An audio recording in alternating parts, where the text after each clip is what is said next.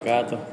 Yang sama-sama kita hormati para pengunjung kita yang sudah hadir, Prof. Ini, Bapak Dr. Nurul Iman, akan hadir insyaallah Profesor Muhammad Said dan Profesor Nur Hidayah lagi di perjalanan. Mudah-mudahan nanti tidak ada aral yang melintang, tapi konfirmasinya demikian dan hadir langsung beliau berdua.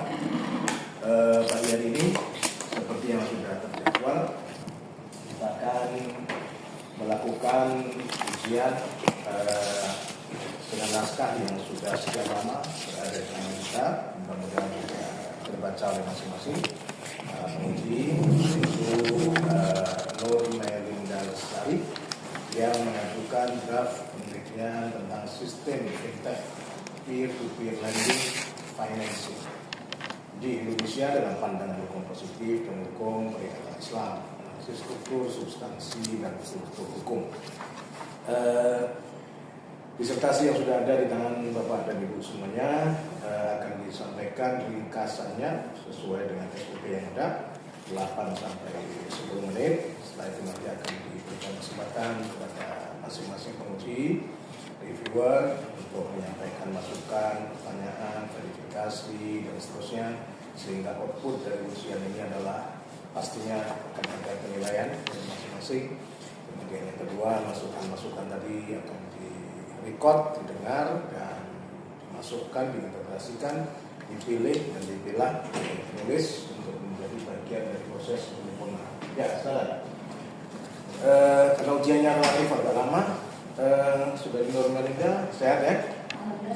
Alhamdulillah, karena ini bisa 1,5 jam, bahkan bisa 2 jam ya. Mudah-mudahan siap dan fisiknya oke, kesehatannya baik. Oke, mari kita sama-sama mulai dengan membaca basmalah. Bismillahirrahmanirrahim. Kita persilakan untuk sampaikan maksimal 8 sampai 10 menit. Silakan. Bismillahirrahmanirrahim. Terima kasih Prof. atas kesabarannya. Assalamualaikum warahmatullahi wabarakatuh. Waalaikumsalam warahmatullahi wabarakatuh. Yang saya hormati Profesor Dr. J. Muslimin MA, yang saya hormati Profesor Nur Hidayah SAD MA PhD, yang saya hormati Profesor Dr. Ahmad Qutbuni, yang saya hormati Profesor Dr. Muhammad bin Said, yang saya hormati Dr. Haji Muhammadul Irfan MAG. Perkenalkan, nama saya Nur Melinda Lestari. Saya mahasiswi program doktor Sekolah Pasca Sarjana Universitas Hidayatullah yang berNIM atau NIM saya 311812000100088. Izinkan pada kesempatan kali ini saya akan membahas mengenai disertasi saya yang berjudul Sistem Fintech Peer-to-Peer Lending atau Financing di Indonesia dalam pandangan hukum positif dan hukum perikatan Islam dalam analisis struktur, substansi, dan hukum dari tahun 2019 sampai dengan tahun 2024. Digitalisasi lahir dari perkembangan teknologi menyentuh segala aspek kehidupan masyarakat kita saat ini, mulai dari aspek sosial, agama, kesehatan, bahkan kemudian ekonomi. Kita didorong dan dipaksa untuk kemudian menggunakan dan inklusi dalam teknologi dalam setiap aspek tersebut yang berguna untuk memudahkan kehidupan kita dalam sehari-hari, terutama dalam bidang ekonomi. Di dalam bidang ekonomi kita menggunakan teknologi untuk jual beli seperti yang kita lakukan saat ini, sewa menyewa, bahkan kemudian pinjam meminjam yang ada dalam ruang lingkup fintech atau financial technology. Nah, financial technology ini lahir dari inovasi disrupsi yang istilah ini dilahirkan dari Clayton Christensen, seorang profesor dari Oxford, yang mengatakan bahwa inovasi disrupsi adalah layanan baru atau produk baru untuk menggantikan model bisnis lama atau konvensional yang menyasar kepada segmen pasar baru yang tidak tersentuh sebelumnya. Nah, dengan kemudahan akses kapan saja, dari mana saja, dan juga kecepatan yang digunakan, yang kemudian bisa menyentuh segmen pasar yang tidak tersentuh sebelumnya, seperti misalkan nasabah perbankan yang tidak bankable. Jadi nasabah perbankan yang tidak memenuhi syarat itu kemudian pengajuan pembiayaan. Nah, fintech ini bermacam-macam. Ada pinjaman yang sekarang saya bahas adalah peer-to-peer lending, kemudian ada pembayaran digital, ada crowdfunding, ada microfinancing, kemudian juga ada manajemen investasi sampai kepada asuransi teknologi. Nah, dalam penelitian kali ini saya memfokuskan pada fintech peer-to-peer lending atau pinjaman online yang biasa kita sebut. Nah, sistem fintech peer-to-peer lending ini, pertama saya merujuk kepada awal statement. Sistem adalah sebuah unit yang beroperasi dengan batasan-batasan tertentu. Nah, batasan-batasan ini bisa berupa mekanis, organis, atau sosial. Nah, fintech peer-to-peer lending ini saya bahas secara mekanis dan organis, dan juga ada pendekatan sosial, karena peer-to-peer lending ini saya batasi sebagai entitas atau sebagai perusahaan, bukan hanya sebagai platform saja. Kemudian dengan pendekatan sosiologis dan normatif dalam perspektif hukum perdata dan hukum Islam. Nah, pinjaman berbasis digital ini atau biasa disebut dengan peer-to-peer lending terfasilitasi dengan teknologi inovasi. Nah, dengan teknologi inovasi yang kemudian di dalamnya ada kemudahan, kecepatan, kemudian pemasaran birokrasi dan lain sebagainya. Saat ini sudah ribuan lending yang beroperasi, baik yang sudah terdaftar dan juga berizin di OJK ataupun yang tidak terdaftar atau tidak berizin di OJK yang disebut dengan pinjaman online ilegal, yang saat ini banyak menjadi sumber masalah dalam keuangan syariah dan terutama sudah mengganggu ketertiban masyarakat. Kenapa saya katakan sudah mengganggu ketertiban masyarakat? Karena sudah memakan korban jiwa kurang lebih 26 korban jiwa di tahun 2024. Nah, ini juga kemudian masalah yang ada bukan saja peer-to-peer lending ilegal, namun juga ada masalah-masalah lain dalam penyelenggaraan atau pelaksanaan peer-to-peer lending ini.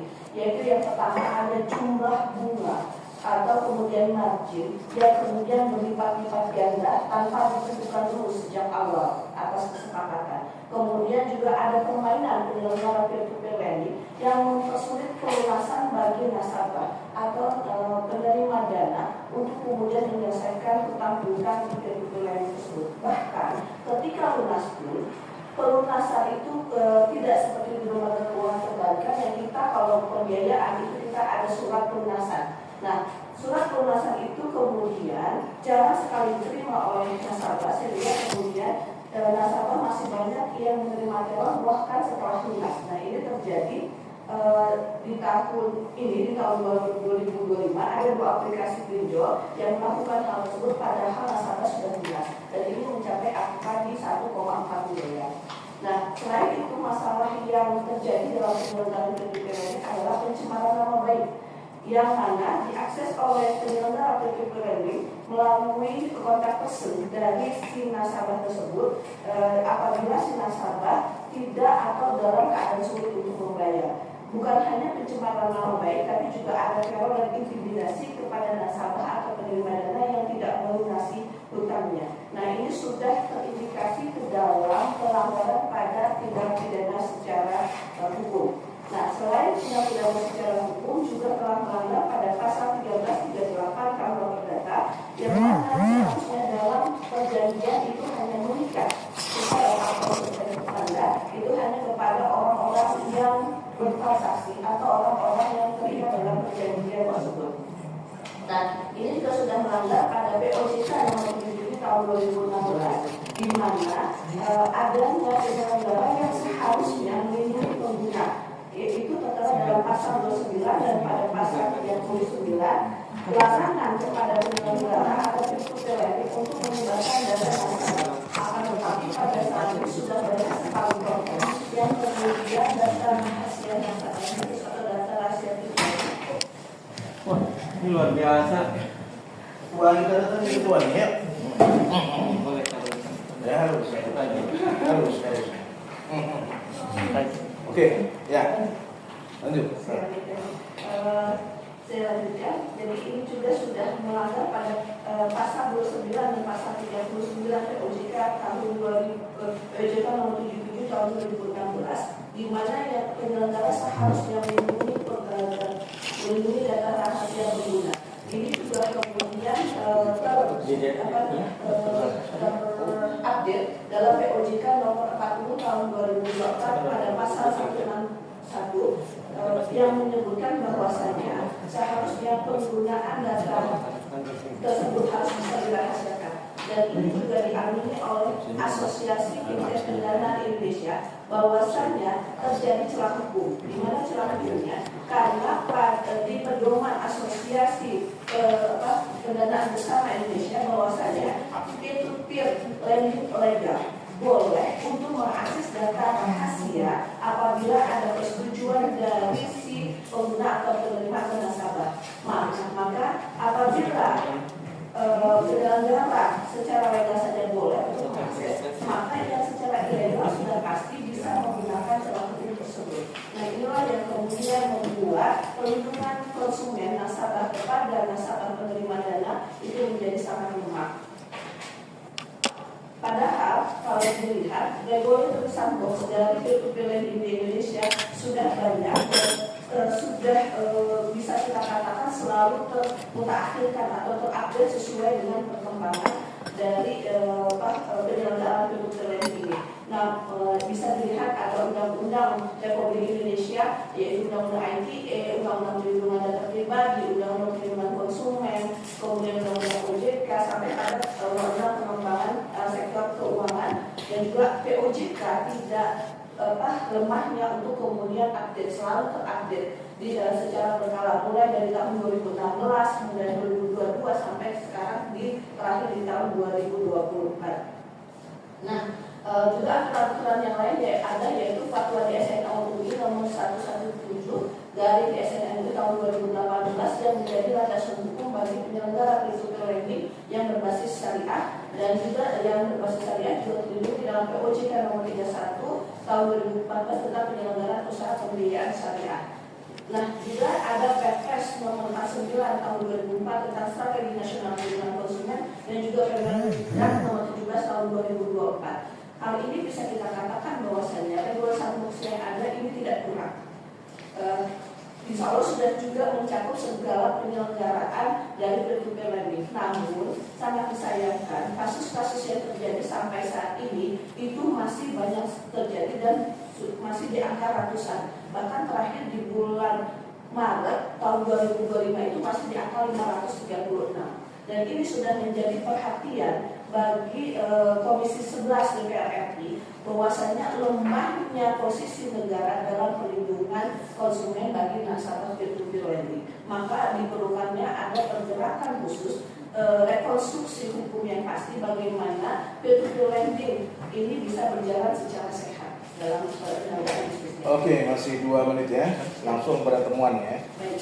Saya kepada temuan. Nah, temuan saya adalah yang pertama dalam segi substansi. Dalam segi substansi peer-to-peer lending di sini bahwasanya adanya titik lemah atau kesamaran hukum dalam penyelenggaraan dalam undang-undang peer-to-peer lending. Yang pertama adalah bahwasanya perbedaan persepsi antara POJK, Fatwa DSN MUI dengan Asosiasi Pendanaan Bersama di Indonesia.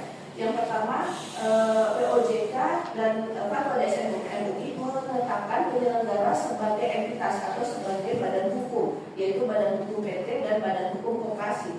Itu secara jelas. Namun di Asosiasi Pendanaan Bersama Indonesia dalam pedoman perilakunya, asosiasi menempatkan peer-to-peer lending itu hanya sebagai platform. Nah, ini yang kemudian menjadi celah hukum dalam substansi penyelenggaraan peer-to-peer lending. Nah, selain itu juga untuk peer-to-peer lending ilegal tidak tersentuh dalam POJK, juga dalam Fatwa DSN MUI, juga tidak tersentuh dalam undang-undang. Nah, inilah yang kemudian terjadinya fixed norm atau norma yang samar. Jadi untuk penyelenggara peer-to-peer lending secara legal memang sangat amat diatur. Sampai ada pedoman perilaku, kemudian bagaimana tata cara penyelenggaraan, perizinan, sanksi dan lain sebagainya.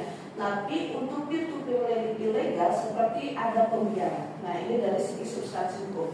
Selanjutnya juga dari segi pelaksanaan, sanksi yang ada untuk peer-to-peer legal itu hanya sebagai sanksi administratif tanpa adanya penegakan hukum. Yang ini membuat tidak ada efek jerah bagi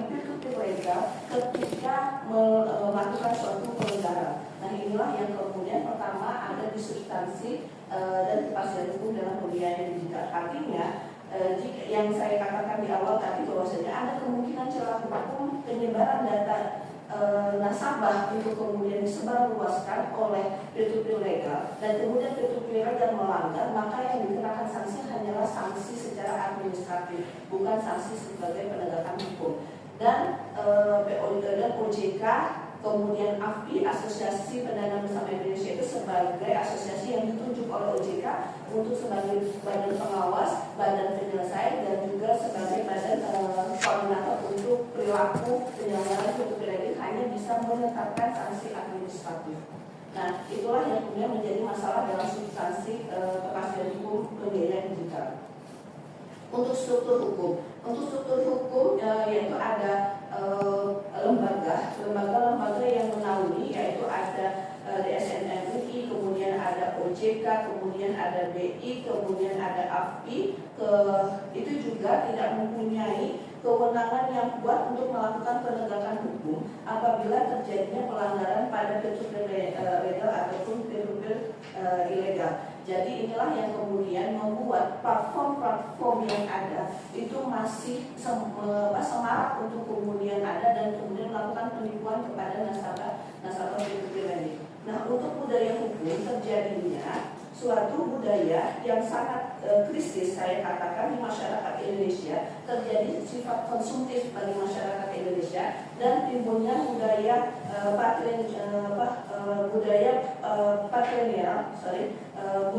yang mengedepankan kepada sisi saya harus bisa terlihat sebagai orang yang mampu bagaimanapun caranya. Maka ada budaya pragmatisme untuk tidak mengindahkan hukum yang ada, kemudian tidak mempelajari hukum preventif, bagaimana penyelenggaraan peer-to-peer itu yang baik dan benar seperti apa, tidak mempelajari bagaimana kemudian platform yang diberikan, kemudian apakah ada denda, kemudian apa saja kewajiban hak sebagai konsumen, itu tidak terperhatikan dalam budaya masyarakat Indonesia yang akhirnya banyak sekali memakan korban di masyarakat Indonesia saat ini. Walaupun OJK sampai saat ini selalu mengupdate mana saja peer-to-peer lending yang ilegal supaya diketahui masyarakat. Namun sekali lagi adanya juga budaya literasi yang kurang bagi masyarakat Indonesia untuk mengetahui mana peer-to-peer yang legal, mana peer-to-peer yang ilegal. Nah, mungkin itu yang bisa saya sampaikan dalam presentasi saya kali ini. Dalam disertasi saya, kurang lebihnya saya mohon maaf. Assalamualaikum warahmatullahi wabarakatuh. Waalaikumsalam warahmatullahi wabarakatuh. Baik, terima kasih Saudari Nur Melinda untuk paparannya. Dan seperti yang tadi kita sampaikan, nanti sebelum kita memberikan proses penilaian, tentunya ada tanya jawab, pendalaman, dan klarifikasi dan seterusnya, dimulai dari para penguji, kemudian nanti terakhirnya adalah promotor atau tim. Kita persilakan terlebih dahulu Bapak Profesor Dr.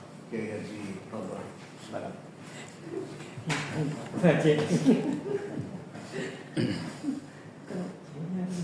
Sudah. Assalamualaikum warahmatullahi wabarakatuh. Waalaikumsalam warahmatullahi wabarakatuh.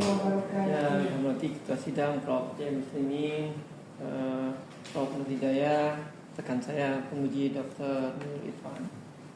Ya, Bu Nur Melinda Lestari. Ya, semester berapa sekarang? 14 Prof. Oh, 4 bulan. Alhamdulillah. Oh, ini 14, 7 tahun ya. Ya, saya beberapa saya nggak komentari ya. Mungkin kalau komentari presentasi PPT-nya ya, nanti kalau mau ujian promosi itu lebih sistematis. Ya, jangan di copy paste nih, misalnya pendahuluan.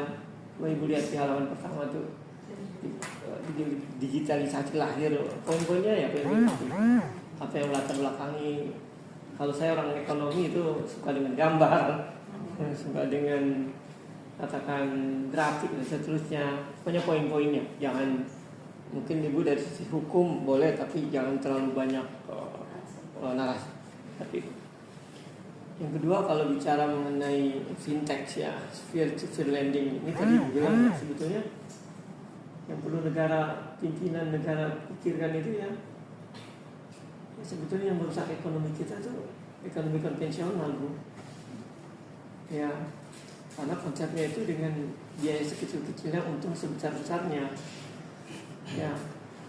Jadi gimana mindset pengusaha, banyak orang lari ke situ. Kalau pengusaha itu zolim dengan biaya kecil-kecil gitu, tapi untung sebesar-besarnya. Kalau kita dalam konteks Islam itu zolim saya. Ya. Seperti Bu bilang tadi. Nah ini gejala di masyarakat kita yang kaitan sama katakan peer-to-peer lending ini luar biasa. Ya, ini kan sebetulnya transaksi tanpa perantara, online, individu, resikonya tinggi. Kok berani gitu? Bunganya tinggi. Ini nyebut bunganya tuh bahasanya tuh bunga per bulan misalnya 4%. Nyebutnya dia nggak bunga 4%, itu 4% per bulan. Ya, atau 5%. Berarti kalau per tahun kali 12 udah 60%. Ya, bisnis ini sebetulnya kalau saya seorang orang finance gitu, di kepala saya gampang, cuma masalah haram halal. Saya ngambil dari bank konvensional atau syariah 10%, saya jual 60%, saya udah dapat 50%. Itu dilakukan oleh tadi, baik yang legal, maaf ya, saya legal maupun ilegal. Ya, tapi saya lihat nih ceritanya panjang, tapi saya fokus ke disertasi. Ya, Ibu tapi belum menjelaskan mengenai fintech ini, ada fintech syariahnya. Kayaknya perlu Ibu kasih contoh yang fintech syariah. Ada fintech yang konvensional kayak Dana, Goto, macam-macam lah itu tuh. Itu kan yang konvensional. Yang syariah juga ada, kalau nggak salah ada 10 fintech syariah. Ya, ini kembali ke saya kira edukasi di masyarakat kita yang rendah. Atau pendidikan di masyarakat kita rendah, maunya ya udah siapa yang mau berikan pinjaman cepat walaupun tadi bunganya tinggi, udah ambil aja.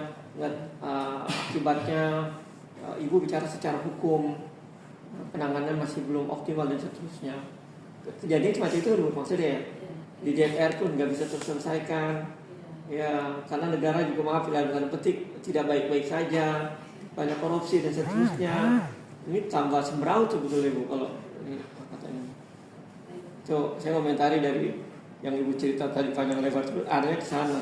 Kalau saya nggak ini ya, saya melihatnya kan kalau kita lihat kesenjangan besar, sangat besar di Indonesia itu antara orang yang kaya dengan orang yang nggak mampu. Ya. Ibu bilang memang pola di kita kebanyakan itu kita itu konsumtif. Ya, jadi minjem itu lebih ke arah gengsi, gaya dan seterusnya, bukan karena kebutuhan. Itu yang jadi masalah. Nah, kembali kalau kata Ustaz masalah iman tadi. Iya, kalau imannya enggak. Ya, Fajem udah pakai Alphard, mau Alphard lagi. Jadi jangan Fajem gitu. Itu yang problem itu. Maaf ya, kalau agamanya kurang, agamanya mantep aja ya. Udah punya tanah sekian hektar, mau lagi tambah yang di Sumatera, tambah yang di Aceh, itu problemnya. Ya, oke. Saya kembali ke disertasi Ibu nih.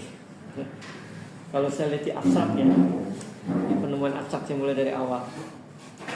Saya ini dengan ya pernah di Pasca multidisiplin lah, karena pernah alumni Pasca. Cuma kalau saya lihat di penemuan Ibu ya, jadi temuan bahasa dari nggak usah pakai dari ya. Kalau dari itu kan untuk pendidikan ini ya. Jadi langsung penemuan penelitian ini mengidentifikasikan bahwa peraturan bla bla bla bla belum sepenuhnya memberikan jaminan kepastian hukum dan seterusnya. Kayaknya nggak strong lah Bu penemuan ini gini Bu. Kalau bahasanya mengidentifikasikan belum sepenuhnya gitu. Gimana kalau secara hukum tuh strong kalimatnya gitu. Kalau bagi saya ini normatif gitu. Ya, saya tahu ini kualitatif. Ya, tapi sangat normatif kalau bilang mengidentifikasinya belum sepenuhnya, ini menurut saya ya. Saya kira tidak strong. Nggak kuat. Kemudian katanya penemuannya menolak teori efisiensi pasar. Tapi teori efisiensi pasar ini nggak dibahas di dalam bab 2-nya. Gimana Ibu? Ada nggak teori efisiensi pasar? Ada Prof Di halaman berapa? dari Thomas Philippon dan Fritz Prof di bab 2.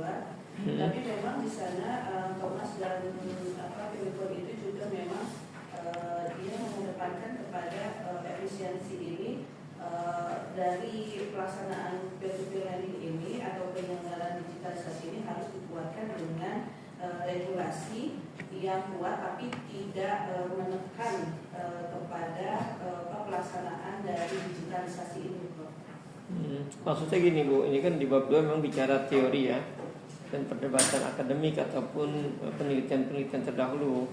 Kalau teori efisiensi pasar telepon ini dianggap suatu teori yang katakan urgent ataupun penting untuk diangkat, jadikan subbabnya lah gitu.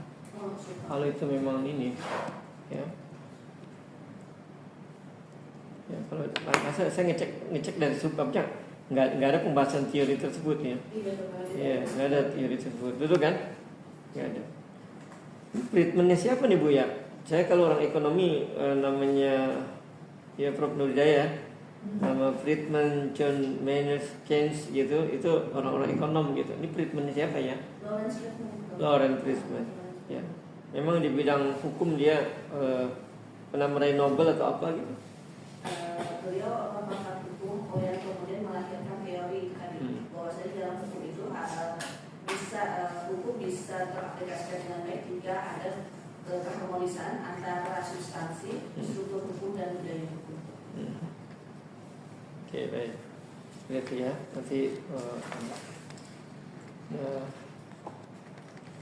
ada nggak pembahasan mengenai sistem dari kalimat sistem fintech peer-to-peer lending ya secara global?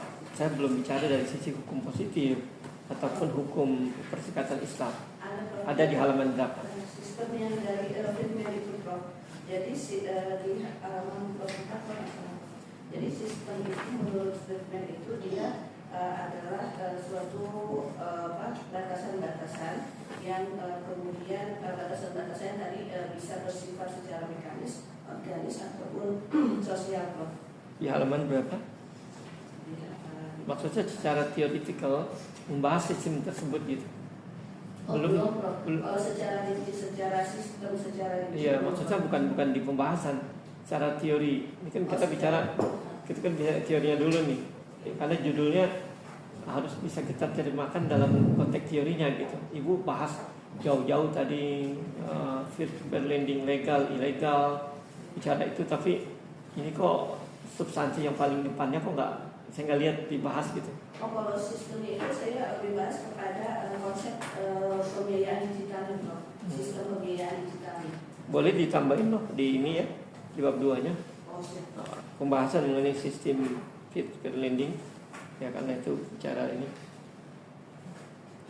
Tapi mungkin dicek di bab 2-nya ya, karena ini judulnya pembiayaan digital dalam perspektif teori hukum. Ya.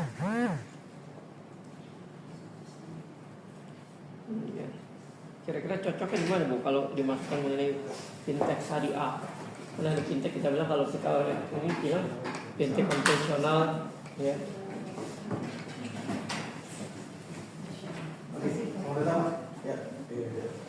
Reviewer juga ini, discussion juga di konsep.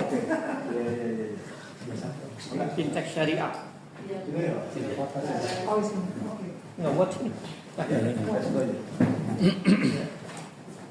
Jadi perbedaan mendasar yang saya pelajari dari fintech syariah adalah tujuan dari penggunaan dana tersebut. Jadi kalau fintech syariah itu lebih kepada produktif. Jadi model pembiayaan yang diberikan juga tidak memberi ruang untuk pembiayaan yang konsumtif.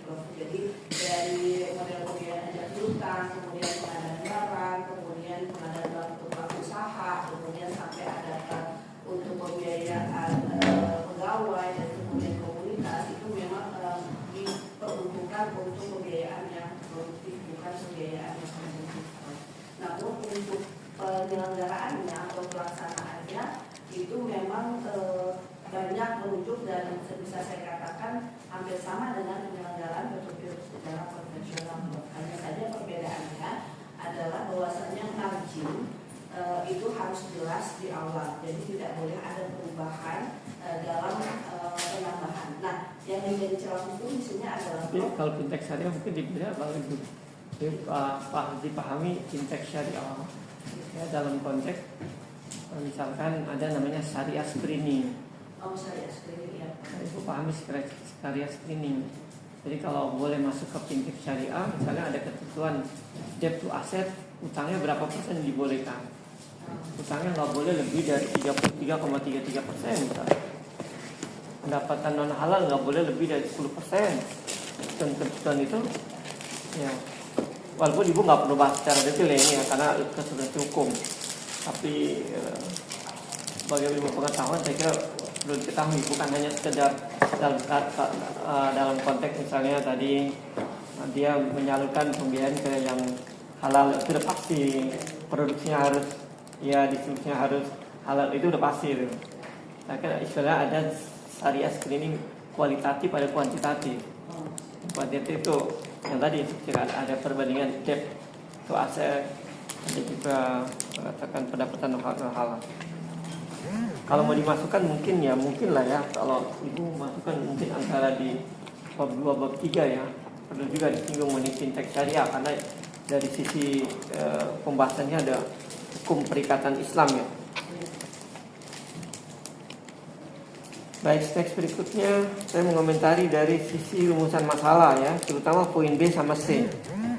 Ya, di poin B ini ya bagaimana dimensi struktur hukum mempengaruhi.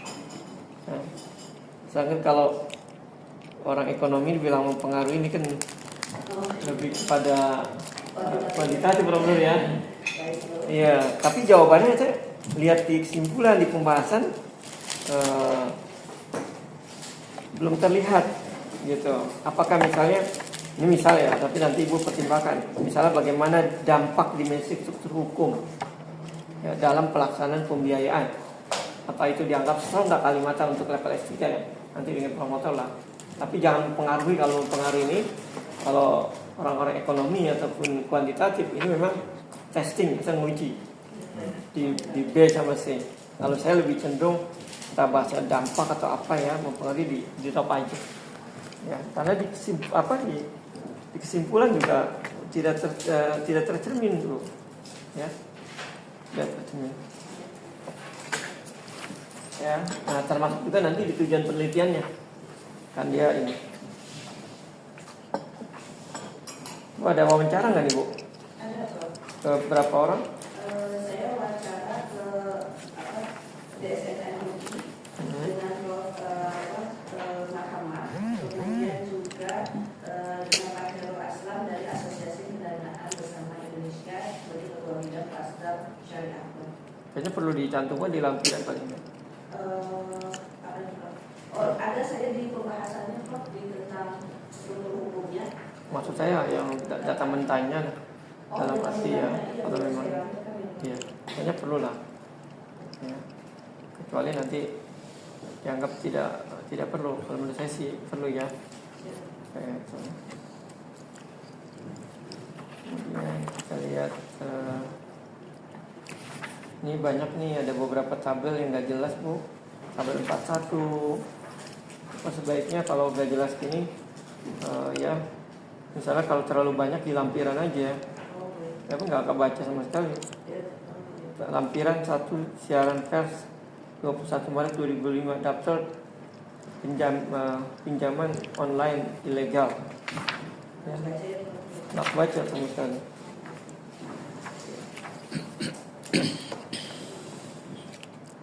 Kemudian gambar 41 ini, yang terlalu besar gini nih, ibu bagaimana? Statistik perkembangan syariah, perkembangan aset industri dalam syariah. Ya, coba dibuat yang lebih bagus lagi lah. Ya. Ini gambar atau tabel? Kalau saya lihat tadi sebenarnya tabel ya. Iya, yang gambar tabel, ya kan? Saya tabel. Kalau gambar 42 bisa oke. Ya, cuma dirapin lah, biar lebih bagus.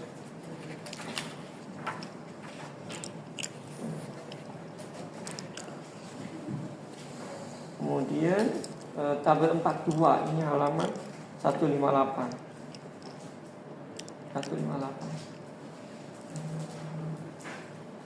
So analisisnya gimana Bu? Ini Ibu kan udah buat tabel nih dari banyak aspek ya. Kalau kita bisa disimpulkan seperti apa nih dari tabel 42? Iya. Jadi di sini saya mencoba karena memang ada pendekatan komparatif normatif ya antara data dengan hukum kesehatan Islam. Ketika saya membahas dengan proposal kemarin diminta oleh penguji untuk kemudian melihat perbedaan dari beberapa aspek yang ada dalam perjanjian di hukum perdata dengan perjanjian di hukum perikatan Islam.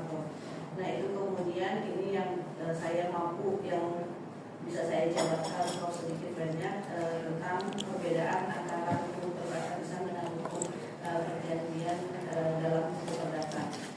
Kenapa? Karena memang di dalam peer-to-peer lending ini sendiri untuk perjanjian itu sangat lemah karena mohon maaf kalau boleh saya katakan tidak adanya masa prakontrak. Jadi langsung kepada masa kontrak dan pasca kontrak.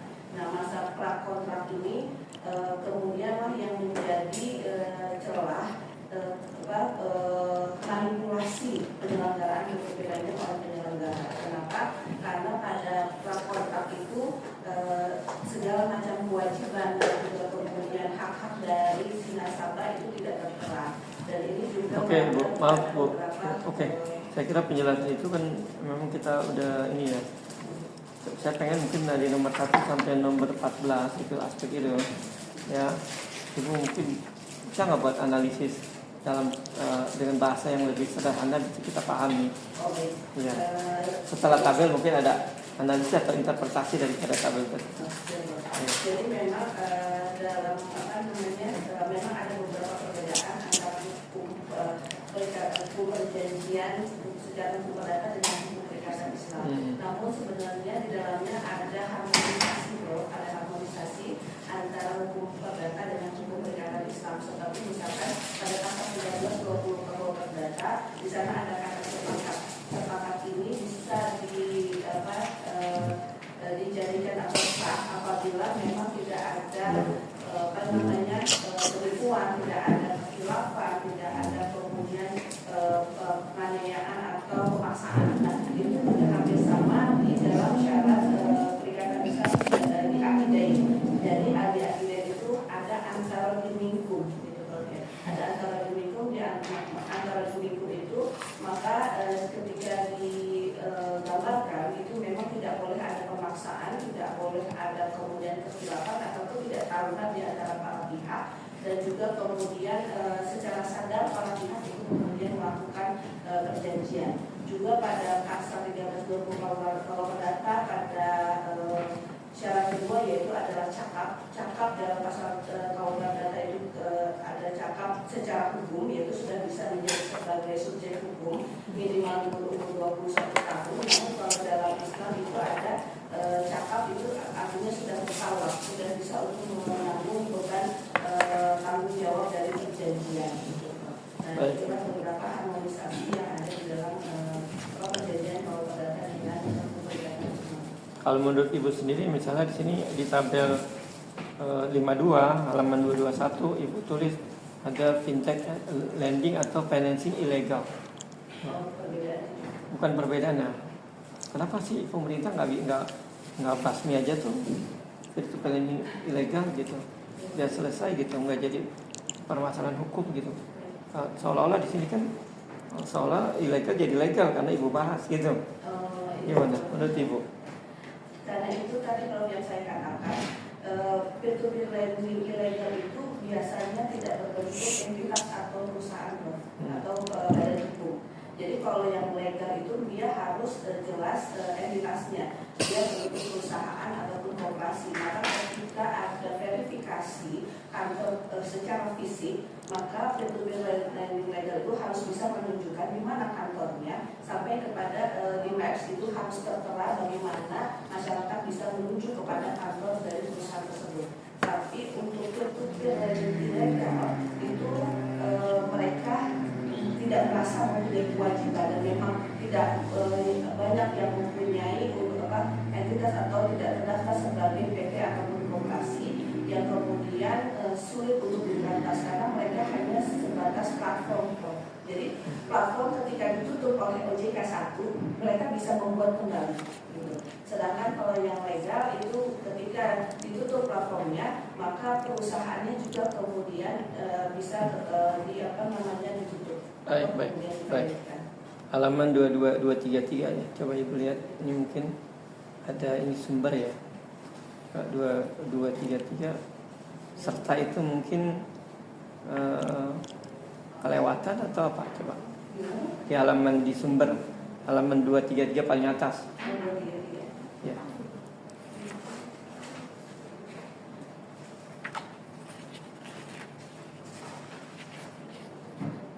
Oh iya.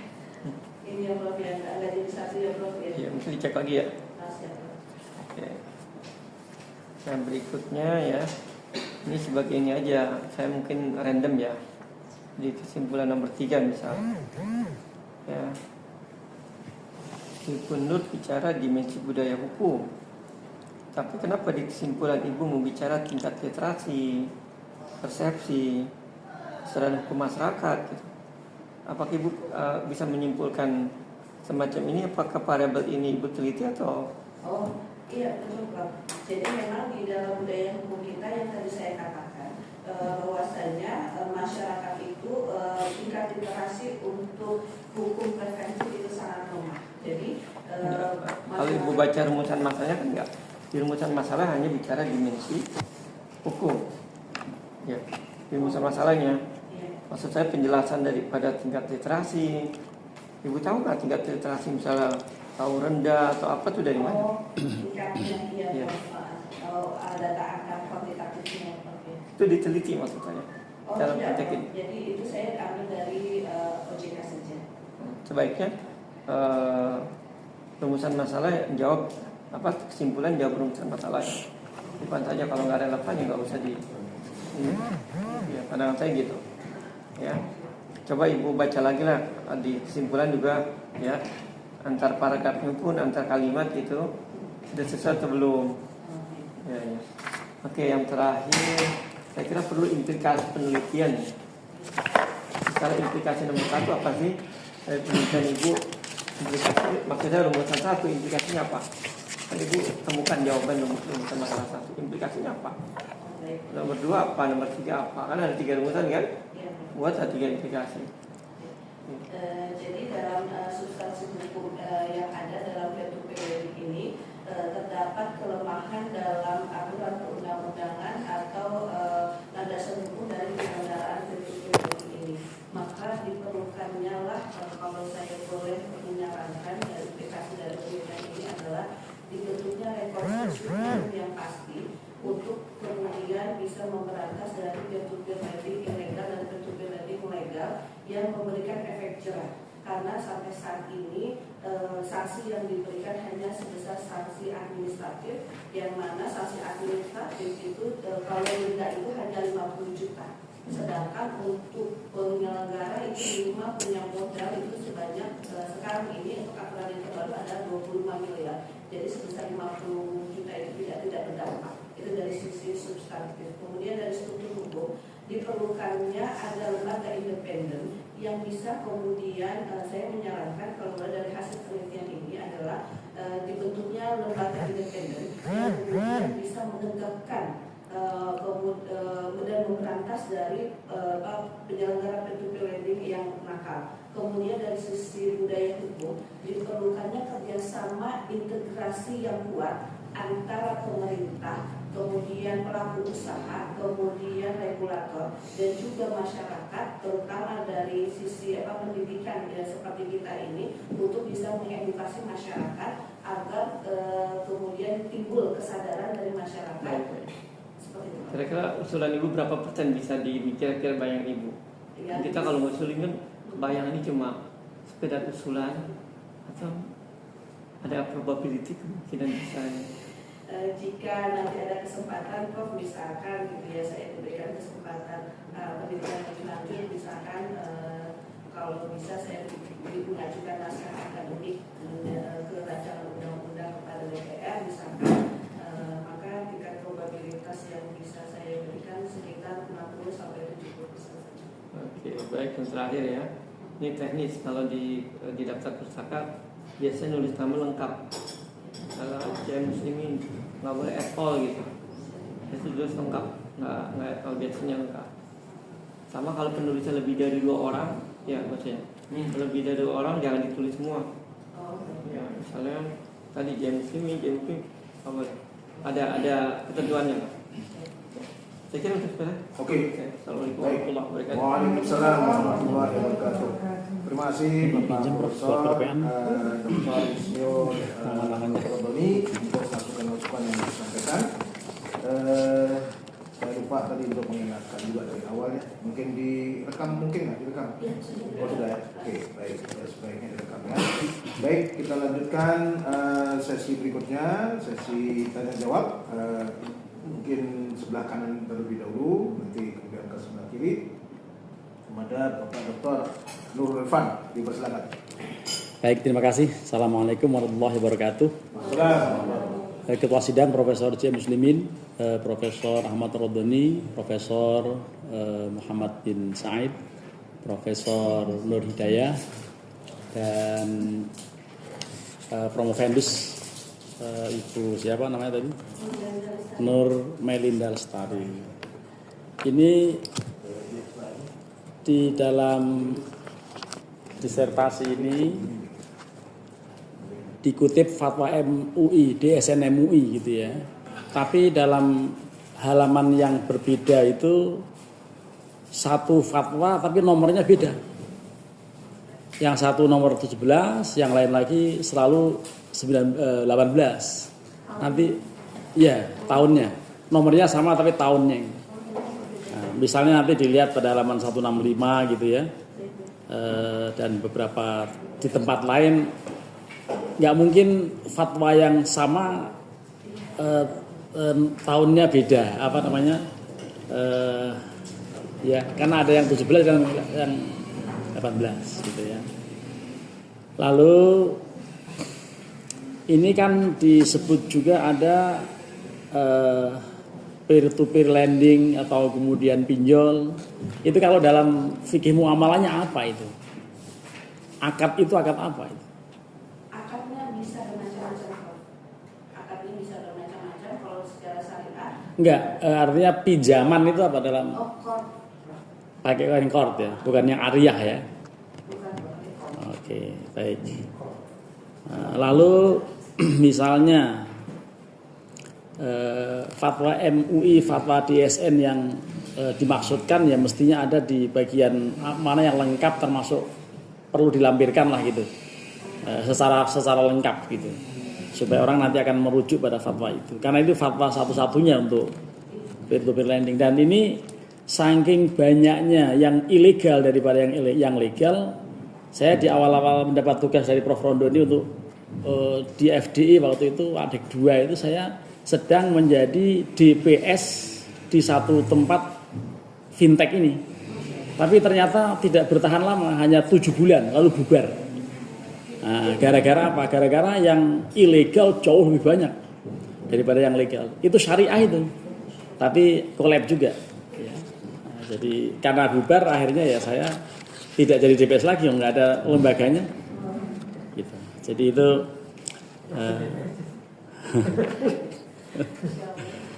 lalu coba misalnya pada halaman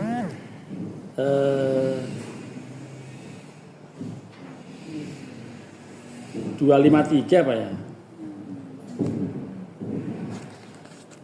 ada satu kutipan ayat yang tampaknya penting untuk dikonfirmasi. Ini pada halaman 144. Mudah-mudahan sama halamannya, lalu mohon dibaca itu. Ayat itu apa bunyinya?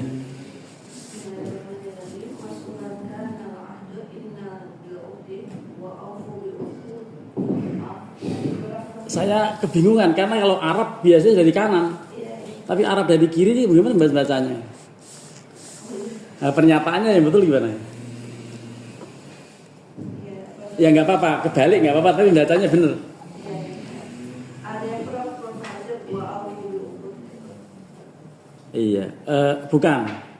Coba dibaca agak detail, ada agak ini. Karena kalau wa'ufu bil uqud itu mungkin ada di awal Al-Maidah ya. Ya ayyuhalladzina amanu aufu bil uqud. Tapi ini bukan. Bukan sekedar dibaca aja, maksudnya nanti biar tidak membingungkan yang baca yang lain.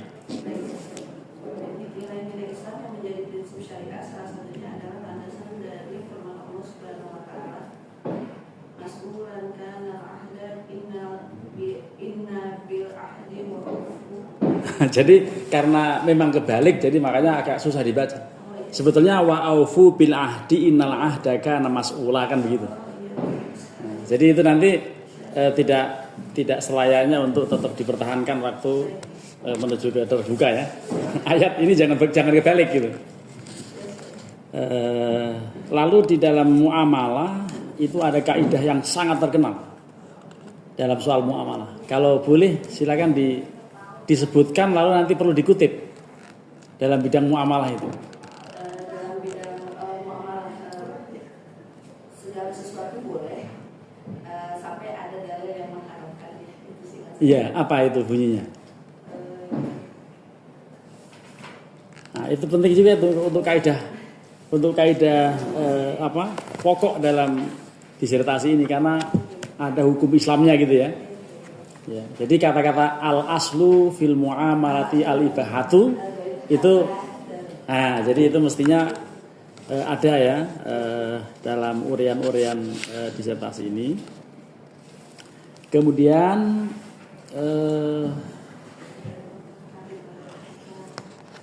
misalnya halaman 186 ini saya mungkin nggak tahu ya, karena ada istilah apa adesi ya, apa itu maksudnya itu 186.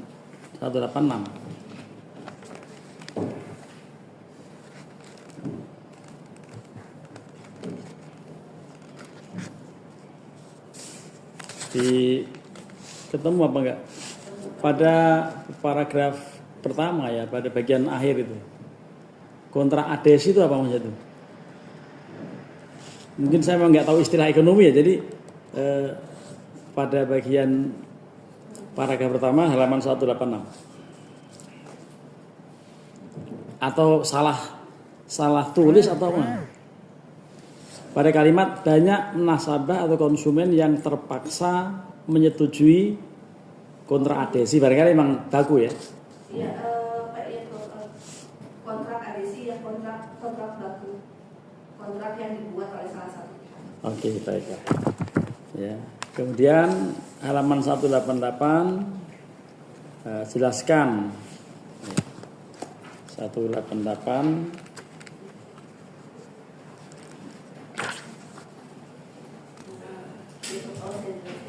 ya, itu dari sisi perbedaan antara penipuan dan syarikoh, hirobah, kan ini dikutip-kutip tuh masalah syarikoh, hirobah segala macam itu apa itu penjelasannya bagaimana, karena ini kan banyak yang ilegal, kecenderungannya menipu, kemudian kecenderungannya mendolimi orang gitu. Jadi kalau di dalam peer-to-peer lending ilegal ya Prof, di situ ada unsur-unsur penipuan. Jadi di sana ada cacat dari objek cacat dari objek perjanjiannya yaitu uangnya, bahwasannya di sana dia ada promosi yang bunganya sedikit kecil gitu Prof, tapi biaya-biaya yang kemudian mengikuti setelah terjadinya perjanjian, nah itu tidak diterapkan dan tidak disepakati sejak awal. Maka di sana ada tadlis dan goror. Ya, tadlis dan goror gitu ya di dalam akad-akad yang ilegal tadi ya. Ya, jadi selain ayat yang tadi dibenerin, kemudian kaidah juga harus ada. Ini penipuan kan termasuk sesuatu yang sangat merugikan gitu ya. Nah, nanti sebaiknya juga dikutip hadis tentang iyakum atau iyaka wal kadhiba. Nah itu nanti supaya lebih lengkap dan seterusnya. Lalu ketika menyinggung soal KHI disebutkan nama Bustanul Arifin sampai 4 kali dalam disertasi ini. Tapi di balik nama beliau itu ada tokoh besar yang harus disebut juga. Misalnya Prof. Ibrahim Hussein yang membidani lahirnya kompilasi hukum Islam itu beliau. Tapi nggak disebut sama sekali. Jadi hanya mengagumi Prof. Bustanul Arifin gitu. Tapi Prof. Ibrahim nggak pernah disebut. Padahal itu beliau itu yang tokohnya dalam hukum Islamnya. Nanti sebaiknya dimasukkan. Bukan karena ahli waris, bukan. Ya, tapi maksudnya itu peran beliau itu. Ya, jadi itu supaya itu. Halaman 248 bagaimana cara menyadarkan ini hanya kalau ada ide bagaimana supaya masyarakat ini nggak gampang-gampang tergiur. Lalu tadi menyebutkan korbannya sampai meninggal ya. Iya, ada. Itu bagaimana ceritanya meninggal? Di tahun 2024 angka kematian akibat pinjaman online mencapai 26 jiwa, Prof. Memang tidak secara langsung spesifik menyebutkan itu pinjol, tapi dari investigasi yang ada dari beberapa korban itu meninggalkan surat atau kemudian mencerita kepada kerabat bahwasanya dia dalam keadaan tidak mampu lagi untuk membayar hutang dan dalam keadaan malu untuk kemudian bisa berinteraksi secara normal kembali dengan kerabat karena nama baiknya yang sudah dicemarkan tadi saya bilang melalui kontak WhatsApp, kontak telepon dan lain sebagainya. Bahkan ada yang didatangi sampai ke kantornya, jadi itu PNS. Iya, jadi kayaknya warga UIN juga ada yang kena masalahnya soal itu. Jadi Prof. Amani waktu itu menginformasikan hal itu. Lalu ada orang yang terjun dari flyover Ciputat juga karena urusan pinjol. Nah, jadi ini kan luar biasa madorotnya. Karenanya Prof. Rodon kita mengusulkan dibubarkan saja jadi ilegal. Cuman bagaimana caranya? Anda punya ide nggak untuk membubarkan yang ilegal dan itu ratusan kalau malah nggak ribuan? Nah itu yang tadi saya katakan, Prof, jika memang saya diberikan kesempatan untuk kemudian berkontribusi pada rancangan undang-undang, maka saya akan mencoba untuk menyarankan dibentuknya undang-undang khusus tentang pinjaman online ilegal yang di dalam khusus membahas tentang pinjaman online ilegal karena sampai saat ini tidak ada, Prof, undang-undang tentang itu, POJK tentang itu tidak ada, dan kemudian efek jeraknya di OJK-nya, Prof. Jadi di OJK itu jangan hanya sanksi administratif itu, Prof. Itu masalahnya ya. Karena sanksi administratif itu tidak memberikan efek jerak sama sekali, Prof. Sanksinya hanya 50 juta, sedangkan untuk penyelenggaraan hidup ini itu harus punya modal 25 miliar. Itu kan seperti recehan ya, Prof, yang sama sekali tidak memberikan dampak efek jerak. Baik. Sebelum terakhir ini pada halaman 74 ada kutipan yang ditulis miring, kemudian silakan dibaca itu al-haqiqah apa itu? Al-haqiqah fil al-ayan la fi al-adan. Artinya kebenaran hukum itu dijumpai dalam kenyataan realitas empirik, bukan dalam alam pemikiran atau idea. Nah, ini kalau ditulis bahasa Arabnya apa? Adan ini. Adan, Prof. Bagaimana? Tulisannya bagaimana? Alif lam kemudian adan. Pakai dal. Dal atau dal? Pakai do adan. Apa betul adon yang artinya angan-angan atau Dalam artinya ini transliterasinya memang pakai huruf do atau pakai do itu maksudnya adan.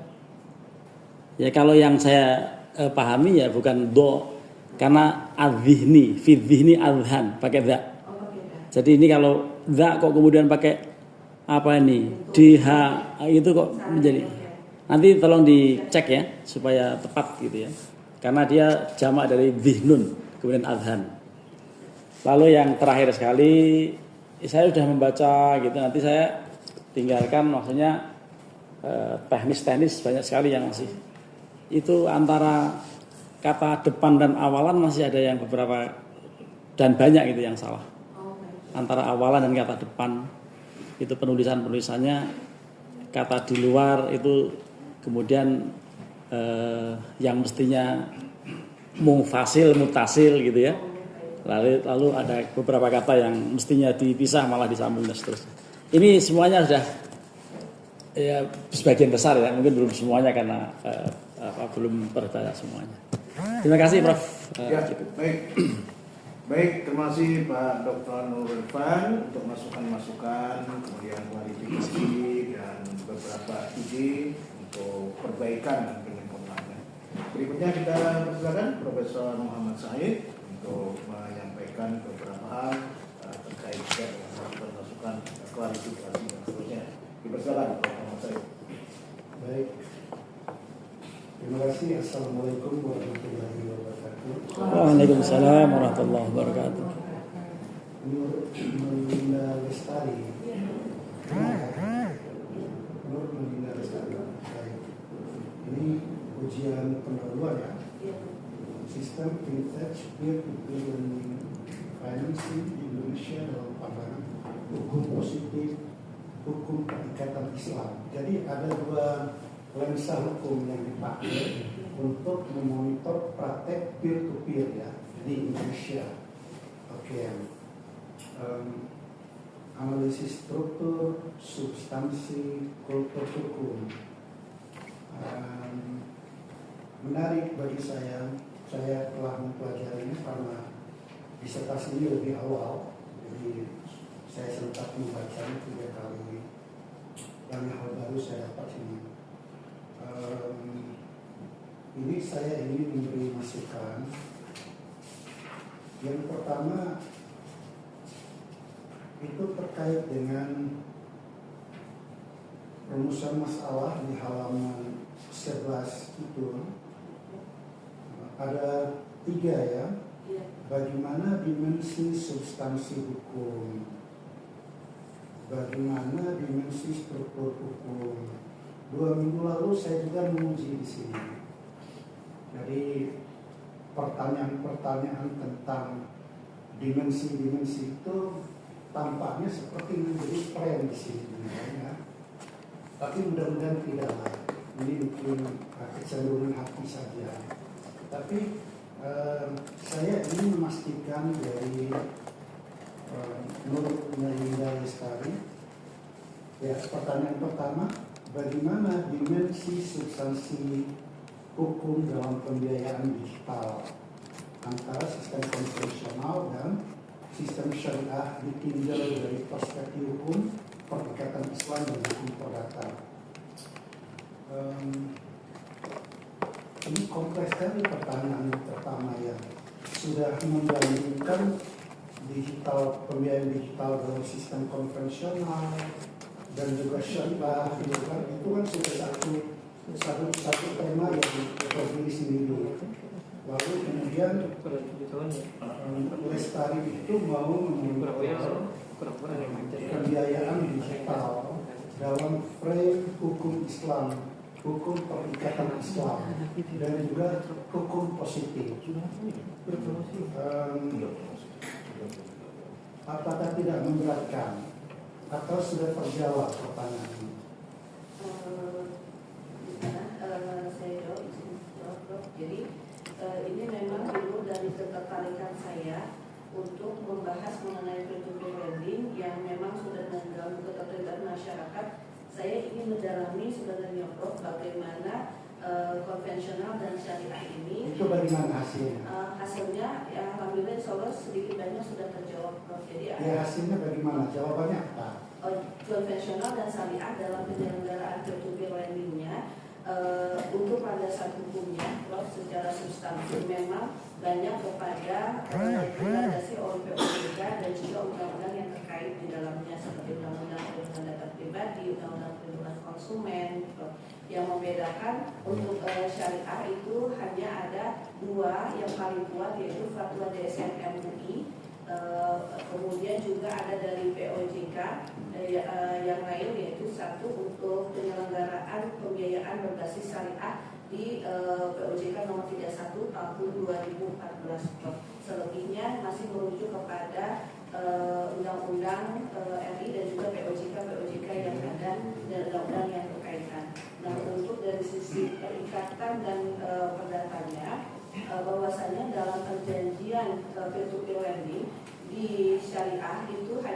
adalah perjanjian untuk pembiayaan secara produktif saja, Prof, bukan secara konsumtif. Jadi kalau untuk konsumtif itu dihindari karena memang dikhawatirkan tidak akan menjadi dan memang landasan fundamental dalam Islam atau dalam perjanjian Islam adalah untuk yang produktif untuk meningkatkan maslahat umat gitu ya. Jadi bukan untuk mengedepankan pada keinginan. Baik, ini kan pertanyaan pertama saya ada hubungannya dengan bab 4 ya. Bab 4 tentang substansi hukum. Iya.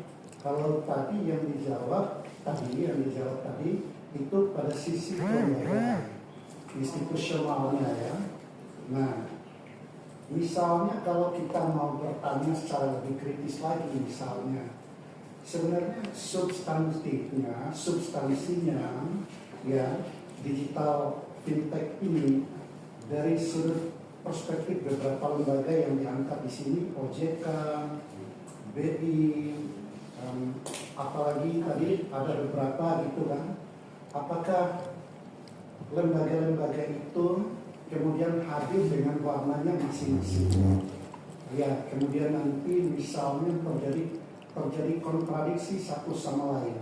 Ini menurut saya hukum itu hadir untuk mempersulit masyarakat gitu kan. Iya, karena OJK punya pandangan sendiri, BI punya pandangan sendiri, apalagi punya pandangan sendiri. Apa di sana tidak ada kontradiksi? Hadir hukum itu hadir asiru wala tu'asiru.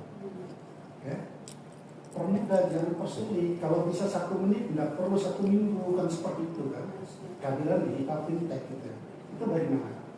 Baik, memang kalau dari sisi aturan yang ada, itu memang ada perbedaan perspektif, Prof, yang saya lihat dari OJK dan DSNN UI dan juga BI menempatkan peer-to-peer lending itu sebagai entitas, Prof. Sebagai entitas. Tidak sebagai perusahaan. Namun untuk API, Asosiasi Pendanaan Bersama Indonesia, yang memang asosiasi khusus yang ditunjuk oleh OJK untuk mengontrol, mengawasi dari penyelenggaraan peer-to-peer lending, menempatkan penyelenggara itu hanya sebagai platform, gitu. Oke, baik. Kemudian saya ingin menyarankan kata-kata dimensi di sini dibuang saja ya. Atau Lestari punya pemahaman sendiri kenapa begitu sayang dengan menggunakan kata-kata dimensi. Apa sih dimensi itu? Yang saya lihat ini dimensi ini memang lebih kepada lex spesialisnya sih, Prof. Jadi saya jadi memfokuskan itu kepada substansi, struktur dan budaya hukum saja. Jadi tidak membahas secara general dari ketentuan hukum jadi bukan supaya memfokuskan saya pembahasan dari sisi substansi, struktur dan budaya hukumnya. Ya, dimensi itu bisa juga diterjemahkan ukuran yang tidak berbentuk. Jadi dia semacam konsep gitu ya, sesuatu yang abstrak gitu kan. Ya. Nah, kemudian yang berikutnya, ya, struktur hukum yang mempengaruhi pelaksanaan pembiayaan digital itu di bab 5 itu bagaimana? Nah, saya lihat Lestari begitu semangat untuk menuangkan semua apa yang ada dalam benak pikirannya. Saya pikir itu bagus lah sebagai starting point untuk menuju kesempurnaan hidup. Harapan saya sesudah ini nanti sesudah ujian pendahuluan bisa dibaca kembali. Biasanya ada irama yang bermainkan dari dalam. Itu yang akan menuntun kita ketika menulis itu supaya lebih concise pada dalam singkat, fokus atau terarah itu. Ya, itu ya. Nah, saya mau dapat penjelasan struktur hukum apa yang mempengaruhi pelaksanaan pembiayaan digital ini. Jadi struktur hukum yang ada di sini memang dari sisi lembaga pengatur dan pengawas baik OJK, BI, DSN, MUI dan APSI di sini adalah memang adanya kelemahan kewenangan. Jadi kelemahan kewenangan yang pertama dan itu diamini oleh Ibunda Dr. Mahkamah Saleh sebagai DSN MUI bahwasanya DPS itu tidak mempunyai kewenangan untuk melakukan penindakan hukum apabila ditemukan peer-to-peer lending syariah yang melanggar aturan. Ya, ini saya mau sarankan ya, agar DPS itu punya kewenangan tidak sebagai juri di situ, tetapi sebagai orang yang benar-benar mengawasi syariah compliance dalam praktek lembaga keuangan syariah gitu ya. Nah ini kelemahan salah satunya menurut saya. Oke ya, jadi struktur hukum sudah terjawab ya oleh kalian. Tapi kemudian kalau kita kembali struktur hukum konvensional dan syariah, struktur hukum dalam perspektif hukum perikatan Islam dan hukum perdata itu kan? Ya ini gimana menjawabnya? Ini kompleksnya di sini. Baik Prof. Jadi untuk yang struktur hukum dalam perikatan itu, jadi DSN dan MUI mempunyai tugas untuk memastikan bahwasannya perjanjian-perjanjian yang dilakukan oleh peer-to-peer lending itu sesuai dengan prinsip-prinsip Syariah compliance ya. Oke, kalau dalam hukum perdata bagaimana? Nah dalam hukum perdata karena di dalam hukum kita kan dualisme hukum yang ya. Dualisme hukum. Dualisme hukum. Jadi Gimana dualismenya? Jadi hukum Islam itu sebagai living norm, Prof. Jadi Oke. hukum yang hidup dan itu bisa tertuang dalam hukum perdata. Jadi perjanjian-perjanjian yang ada di dalam peer-to-peer lending itu selain berbasis syariah di dalamnya juga harus memuat syarat-syarat dari susunan akta dan klausul-klausul yang harus ada di dalam perjanjian, Prof. Dalam hukum perdata. Baik, keren lah jawabannya. Itu aura dokternya sudah mulai memancar itu kan. Keren, oke ya. Terus yang ketiga, budaya hukum. Ya, budaya hukum dalam kerangka hukum perikatan Islam dengan hukum perdata. Bagaimana menjelaskan? Baik, jadi di dalam konvensional itu bahwasanya budaya hukum masyarakat kita yang pertama seperti saya katakan tadi adalah bersifat konsumtif, Prof. Jadi masyarakat kita itu mudah sekali untuk membeli sesuatu, mendapatkan sesuatu dengan apa yang tren saat ini, dan itu menimbulkan sifat konsumtif dan akhirnya bersifat pragmatis. Jadi jika ada kemudahan untuk mendapatkan dana, kenapa tidak diambil, dan itu menyampaikan pada sikap pemahaman hukum preventif. Bagaimana dampak hukumnya nanti itu lain soal, gitu ya. Nanti saja saya tanggung. Tapi yang penting saat ini saya dapat dengan mudah mendapatkan dana. Nah, kalau dalam Islam itu kan tidak boleh yang berlebihan. Jadi kalau dalam Tidak Islam boleh, ya? tidak bisa. Jadi Tidak bisa atau tidak boleh? tidak boleh. Kalau bisa sih bisa saja gitu ya kita upayakan. Tapi tidak boleh karena Tidak boleh. dari awal kita mendapat halal dan thayyib itu bukan hanya di dalam proses kita penggunaan, tapi juga bagaimana kita mendapatkan dana. Jadi kalau dana itu kemudian bersumber dari yang bersifat mudarat, kemudian nanti kita menanggung hutang itu, kemudian kita tidak sanggup untuk membayar, maka itu akan berimplikasi pada pertanggungjawaban kita, bukan hanya di dunia tapi di akhirat. Seperti ada hadis Nabi tidak mensolatkan seseorang yang masih terlibat hutang. Baik, oke ya. Terus di bagian halaman 12, manfaat penelitian ini apakah memang hanya tracing poinnya itu masyarakat jangan judol ya, jangan judol ya, jangan pinjol ya, nanti terjebak dalam jeratan riba atau hutang misalnya. Apakah hanya sebatas itu manfaat dari disertasi ini? Atau mungkin secara akademik ada, secara organisasi perusahaan juga mungkin ada gitu kan? Atau mungkin belum dituang di sini? Oh iya, memang belum spesifik sekali ya Prof, ya saya tuang di sini. Ya nanti dituangkan ya? Siap, Prof. Oke baik. Baik, berikutnya bab 2 itu di bagian diskursus pembiayaan digital dalam perspektif teori hukum. Lestari, ini saya melihat banyak sekali orang-orang barat yang dikutip di sini. Seperti Stuart, kemudian Lee dan Sim, kemudian Sitchin Pleasant, kemudian Gerd Buchak, gitu kan? Apakah kita itu berhutang pada mereka-mereka ini ketika kita berbicara tentang teknologi digital? Saya ingin meluruskan, ya, sekaligus kalau bisa dipertimbangkan oleh Lestari agar bisa diadopsi apa yang saya sarankan. Kalau bisa ya, tapi kalau bebannya berat nggak usah lah. Ya nanti nulis apa di dokter nulis lagi apa yang saya sampaikan bisa dipertimbangkan. Saya kepingin agar disertasi ini tidak diwarnai oleh nama-nama yang dari barat seolah-olah kita itu berhutang budi pada mereka. Saya lagi meriset tentang Al-Khawarizmi as the father of algorithm. Ya, Al-Khawarizmi ini sebagai bapak dari algoritma yang menjadi pilar perkembangan teknologi digital hari ini.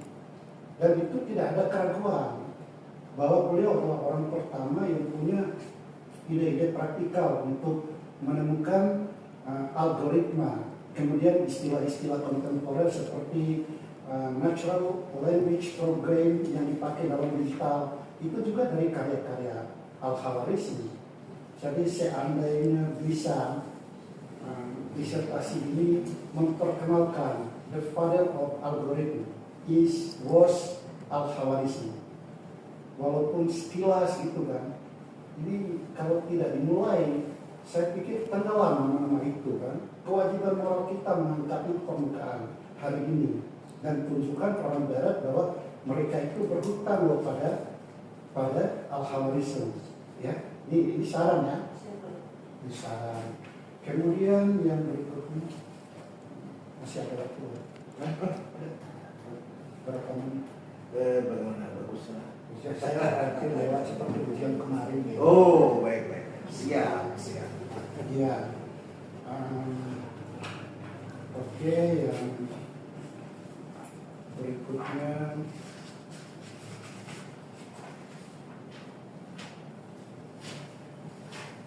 ya, selain memperkenalkan Al-Khawarizmi sebagai bapak algoritma, bahwa digital teknologi dalam perspektif Islam itu tentu berbeda dengan konvensional. Ya, prinsip-prinsipnya itu pasti berbeda. Selain harus syariah compliant, ada prinsip-prinsip normatif dan prinsip-prinsip praktikal yang harus ditunjukkan. Sehingga digital seperti fintech itu memang benar-benar punya landasan normatif dan historis termasuk praktis dalam perspektif Islam tentunya. Ya. Oke, berikutnya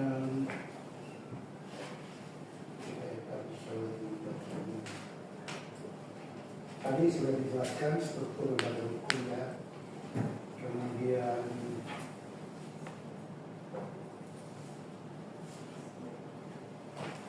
ya kita ke ini.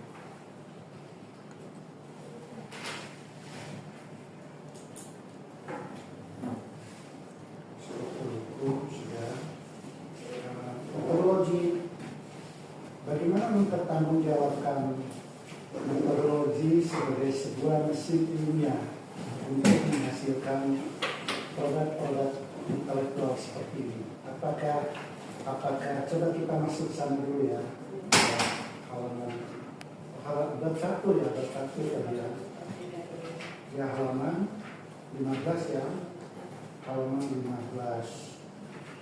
Kita ke ini, siapa saja yang diwawancarai kemarin? Dari MUI siapa? Dari DSN MUI tadi Bu Dr. Marham Masareh. Kenapa dia yang harus dipilih? Karena ketika saya mengajukan wawancara ke DSN MUI, dari DSN MUI ini langsung memilihkan berdasarkan judul yang ada. Jadi saya tidak bisa memilih. Kalau saya baru memilih, saya akan memilih Prof. Artinya kepakarannya memang ya, Iya, memang dia bersentuhan langsung dengan apa yang dibutuhkan dalam disertasi ini. Ya itu keren lah, memang harus begitu kan. Terus apa kata dia tentang ini? Tentang peer-to-peer lending ini, maka di sini juga kenapa ada lending dan financing, karena menurut beliau sangat berbeda antara peer-to-peer lending syariah dengan konvensional.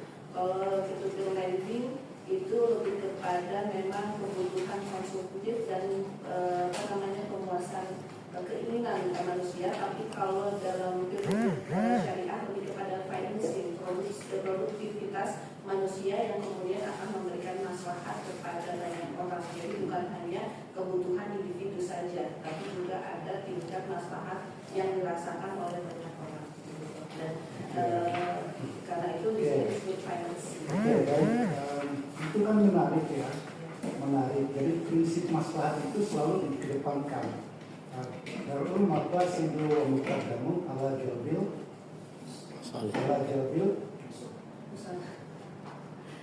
Berapa saya kalau itu? bisa nggak dulu terus kalau nggak apa? Jalbil masalah ya. Oke, baik. Apakah pernyataan beliau dicantumkan sih? Ada Prof. Ada ya. Iya. Apa namanya untuk segala keperluan, kemudian pengarahan pengawasan dari DSM ini. Ya, saya ingin memastikan bahwa memang apa yang ditulis, apa yang dipakai sebagai kerangka tulisan ada isinya di dalam ya.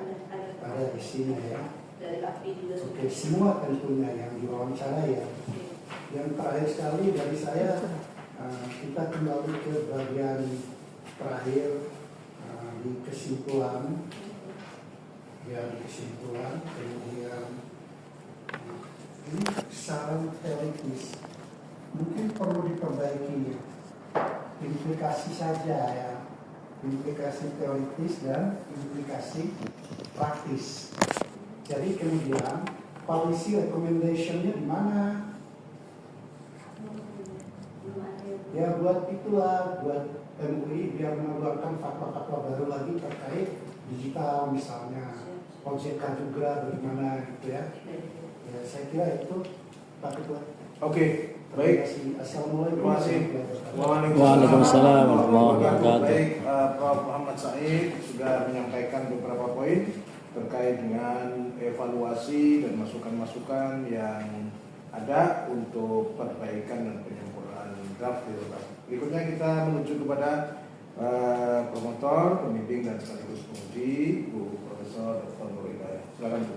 Baik, terima kasih Prof. Ketua. Assalamualaikum warahmatullahi wabarakatuh. Assalamualaikum warahmatullahi wabarakatuh. Yang sama-sama kita hormati, Prof. M, kemudian Prof. Muhammad ini, Prof. Muhammad Said, Pak Dr. Eva, Saudara Mufenda ya, Saudara Nur Melinda Lestari dan para mahasiswa dan keluarga yang kayaknya. Oke, tadi mendengar masukan-masukan dari tim penguji baik dari Prof. Rodoni, dari Pak Dr. Nur Irfan, dari Prof. Said gitu ya. Yang tadi memang katanya masih agak sedikit normatif dan kemudian juga bagaimana tidak hanya berkontribusi disertasi ini hanya dalam tataran praktis tapi juga ke level teoritis ya. Jadi mungkin ini sebenarnya datanya udah sangat kaya nih Bu Melinda ya. Hanya tinggal nanti bagaimana apa ya data-data yang demikian kaya dengan berbagai teknis detailnya itu kemudian digeneralisasi, diabstraksi dan diteoritisasi gitu ya. Kalau saran saya mungkin kita pakai pendekatan syariah aja. Kalau dalam syariah kan kita mengenal nih ada polarisasi penafsiran hukum Islam sepeninggal Rasulullah ya dari kelompok ahli roi dan kelompok ahli hadis ya kan. Nah kalau kelompok ahli hadis kan cenderung dia lebih setia pada teks gitu ya karena memang mereka banyak menghafal hadis-hadis. Beda dengan kelompok ahli roi yang sudah berdiaspora ke wilayah Hijaz gitu ya dan banyak dipengaruhi oleh filsafat Persia gitu ya Yunani sehingga mereka lebih banyak menggunakan logika dan seterusnya gitu ya. Nah mungkin di sini nanti tinggal bagaimana Ibu memperkuat nih di literatur review ya, di literatur review bagaimana sih landscape mengenai struktur hukum ya, baik dari aspek substansi, kemudian sistem hukum maksud saya, landscape sistem hukum terkait dengan peer lending di tataran global, baik dari aspek substansi hukum, struktur hukum maupun budaya hukum, ya.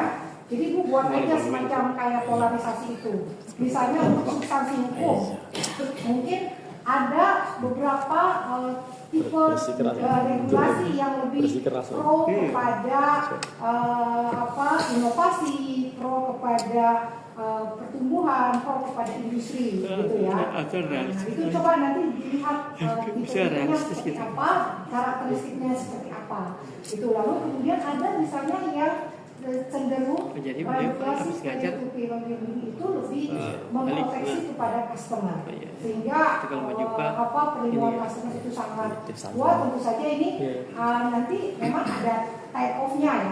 Kalau mendorong inovasi, memberikan perluasan kepada industri, biasanya dia akan lebih longgar gitu dalam aspek misalnya perlindungan kepada customer-nya. Beda kalau yang lebih sangat protektif kepada customer-nya, biasanya dia tuh agak-agak mengerem ini untuk growth di dalam industrinya. Nah, tapi ada juga misalnya yang moderat ya, mencoba untuk mengcombine antara mendorong inovasi, mendorong pertumbuhan industri dengan mencoba untuk melindungi customer. Nah, coba nanti Ibu potret ya tipologi itu di dunia, mana-mana negara yang masuk ke dalam yang pro industri, mana yang pro kepada customer protections, dan kemudian mana yang kira-kira hibrid atau di tengah-tengah itu, dan kira-kira Indonesia masuk di dalam tipologi yang mana, polarisasi yang mana. Itu sama Ibu juga lakukan untuk yang struktur hukumnya ya. Di struktur hukumnya kan mungkin ada yang regulatornya itu formal sentralisasi yang tersentral ke dalam satu badan regulator gitu ya, nanti dia mengatur keseluruhannya. Tapi ada juga yang misalnya desentralisasi gitu ya, membagi kewenangan itu ke beberapa lembaga gitu ya, sehingga mungkin itu akhirnya bisa memberikan kewenangan untuk aspek-aspek yang diregulasi. Dan ada juga mungkin ada yang hibrid itu. Nanti ketika Ibu sudah mendapatkan polarisasi itu, Ibu tinggal memotret Indonesia dari masuk ke dalam mana. Sama untuk budaya hukumnya, ya. Budaya hukum ini kan memotret bagaimana perilaku stakeholdersnya, ya. Tadi tidak hanya regulator, tapi juga misalnya penyedia platformnya, kemudian juga lendernya, kemudian borrowernya, kemudian masyarakat atau komunitasnya. Itu coba Ibu lihat juga ya. Bagaimana budaya hukum, mungkin ada tipe polarisasi yang regulatory compliance legal culture, tapi ada juga yang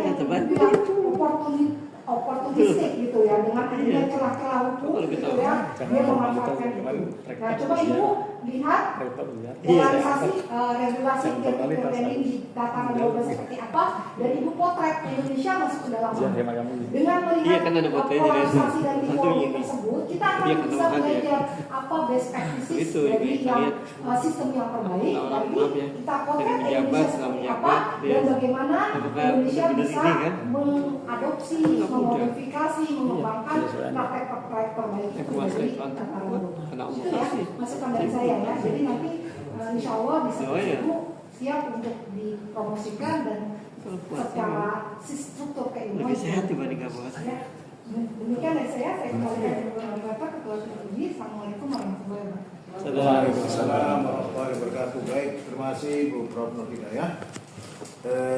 Terakhir mungkin tidak banyak yang ingin saya sampaikan, tapi pertama barangkali lesson to be learn-nya adalah meskipun mungkin late starter, agak telat ini berpacunya ya, tapi alhamdulillah semua bisa diraih sedemikian rupa. Barangkali kalau boleh diekspresikan ya sebagai pembimbing atau promotor, idza sya'bu yauman aradal haya wala budda yastati al qadar. Itu mungkin ya, di semangatnya terus ada dan dibuktikan keberhasilan atau ketercapaian ini kira-kira ya. Tapi kan idza tamal amr bada naqas. Udah selesai, muncul itu kelihatan kekurangan-kekurangan di sisi manusianya ya. Nah, itu kira-kira ya. Salah satunya misalnya ada beberapa yang teknis-teknis dulu nih. Hal-hal yang berkaitan dengan italics misalnya ya. Seringkali disebut di sini legal problem atau fintech lending misalnya. Belum italics ya.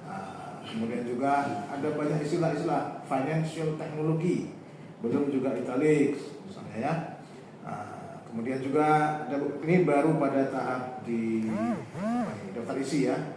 Belum di dalamnya nih. Nah, saya nggak tahu apakah ada aplikasi yang langsung bisa membantu kita supaya sekian banyak istilah asing ini bisa ditulis sesuai dengan aturan yang selazimnya. Nah, mungkin itu akan bisa membantu. Tapi kalau enggak, barangkali kalau ini mau dipublikasikan supaya dikonsumsi publik dalam situasi yang mendekati kesempurnaan, maka harus dicek kembali. Ya, gitu ya. Jadi itu satu hal. Hal yang lain, sebenarnya ini sesuai dengan judul. Jika perspektifnya adalah Friedman, kalau itu legal study, maka ia ada pada wilayah socio-legal research. Ya, karena socio-legal research berarti memang aspek empirisnya bisa lebih ditonjolkan. Nah, supaya berimbang nih antara aspek yang bersifat teoritis, yang normatif, legal konsep, elaborasinya, ya. Kemudian dibandingin dengan aspek yang empiris. Nah, di sini apakah ada? Ada sebenarnya. Aspek empirisnya ya, sudah ada. Cuma ketika mensistematisir di daftar isi, nah itu kurang muncul. Jadi kesannya ketika orang membaca daftar isi plus sub-subnya, maka terasa bahwa masih murni seperti bersifat library research, gitu ya. Padahal sebenarnya ada beberapa legal cases yang ditampilkan dengan chronicles dan dialektikanya serta dalam tanda petik kemirisan-kemirisan yang ada yang disebabkan oleh pinjol gitu ya. Nah, khususnya pada bab 6 tentang budaya hukum ya. Nah, tapi karena mensistematisirnya dalam poin-poin yang disub dalam bab 6 ini seperti library research, maka akhirnya tidak menonjol itu gitu ya. Padahal begitu disampaikan analisis struktur, substansi dan kultur hukum, ini berarti socio-legal research ini dengan sendirinya. Nah, maka menurut saya perlu juga ditampilkan supaya empirisnya itu terlihat bahwa ini bukan semata-mata elaborasi teoritis atau legal concept elaboration, tetapi ada beberapa data-data empiris yang itu juga menginspirasi dan secara induktif itu berpengaruh kepada metode riset dan penyimpulannya. Nah, itu sebenarnya tuh, nah, khususnya pada budaya hukum ya. Nah, jadi mungkin coba bagaimana caranya untuk bisa menonjolkan sedemikian rupa aspek empirisme yang terakhir tadi, karena memang judulnya mengindikasikan socio-legal research tadi ya.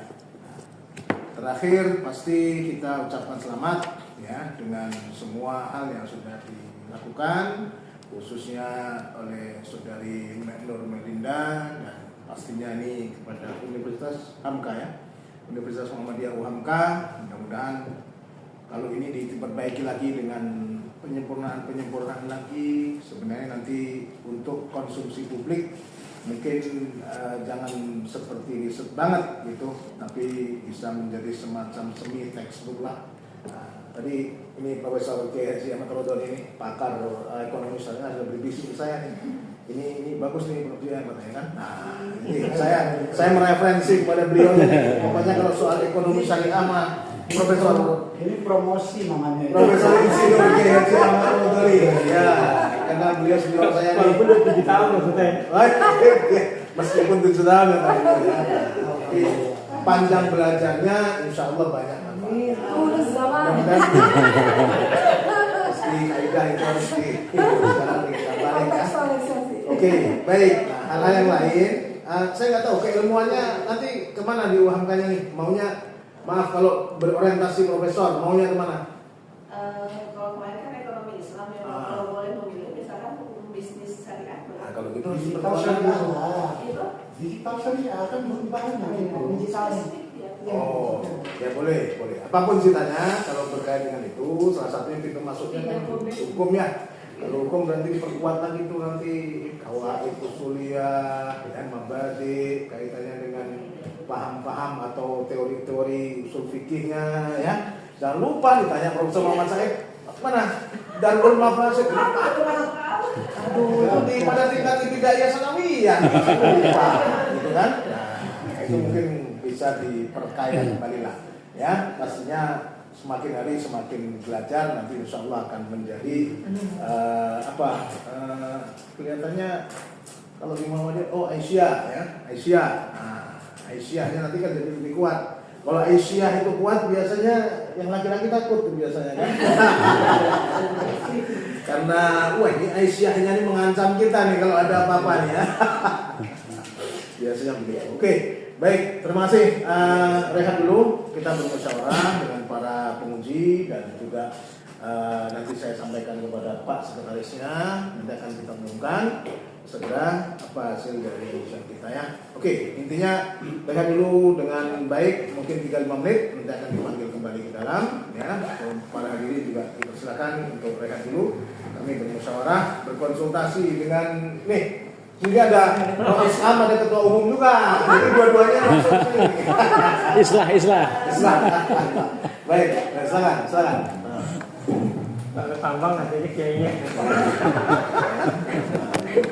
Dari tujuan dari ujian ini untuk penyempurnaan dan kita menulis penting sekali untuk direview supaya makin sempurna. Yang kedua, terima kasih kepada segenap penguji Pak Prof. Rodoni, Prof. Muhammad Said, Pak Dr. Nur Irfan, kemudian pembimbing dan promotor Prof. Nur Hidayah, dan semua tim dari Sekolah Pasca Sarjana Pak yang administrasi sudah mendukung kita juga ya. Nah, yang kedua atau yang terakhir, selamat ini kepada kandidat yang sudah kita musyawarahkan dan ya dengan segala kelebihan dan ada beberapa kekurangan karena itu manusia pastinya begitu ya. Nah, maka kita sampaikan naskah yang disampaikan kepada kita untuk draft disertasi dapat diterima, oleh karena itu dinyatakan lulus dengan nilai 91. Ya, demikiannya. Tolong sebelum 9 Januari ya untuk dikejar karena supaya Januari ini tahap terakhir. Semesternya 14. Nah, hati-hati supaya tidak lewat Januari agar nanti tidak hangus ya. Nah, seperti kawan-kawan lain juga kita ingatkan sedemikian rupa dan untuk bukti bahwa memang ujiannya betul-betul real dan ada, sebab kita nggak tahu suatu saat kalau Prof. Muhammad Said jadi presiden, ini jadi menteri keuangannya kan ditantang. Nah, ini ijazah dokternya asli apa enggak? Silakan maju ke depan ya, ini diambil untuk bukti Pak Ki ya, di foto ya. Siap. Nah, oke. Ya. Fotonya ada juga kok Pak. Ada udah ya, foto juga ya. Nanti setelah ini foto bersama-sama para. Oke, selamat ya. Oke, baik, terima kasih. Ya, mari ya. Oke, baik. Ya, nanti kesini lagi ya. Oke, foto lagi bersama-sama nanti ya. Oke, baik. Selamat. Ya. Oke, silakan. Ya, sekali lagi kepada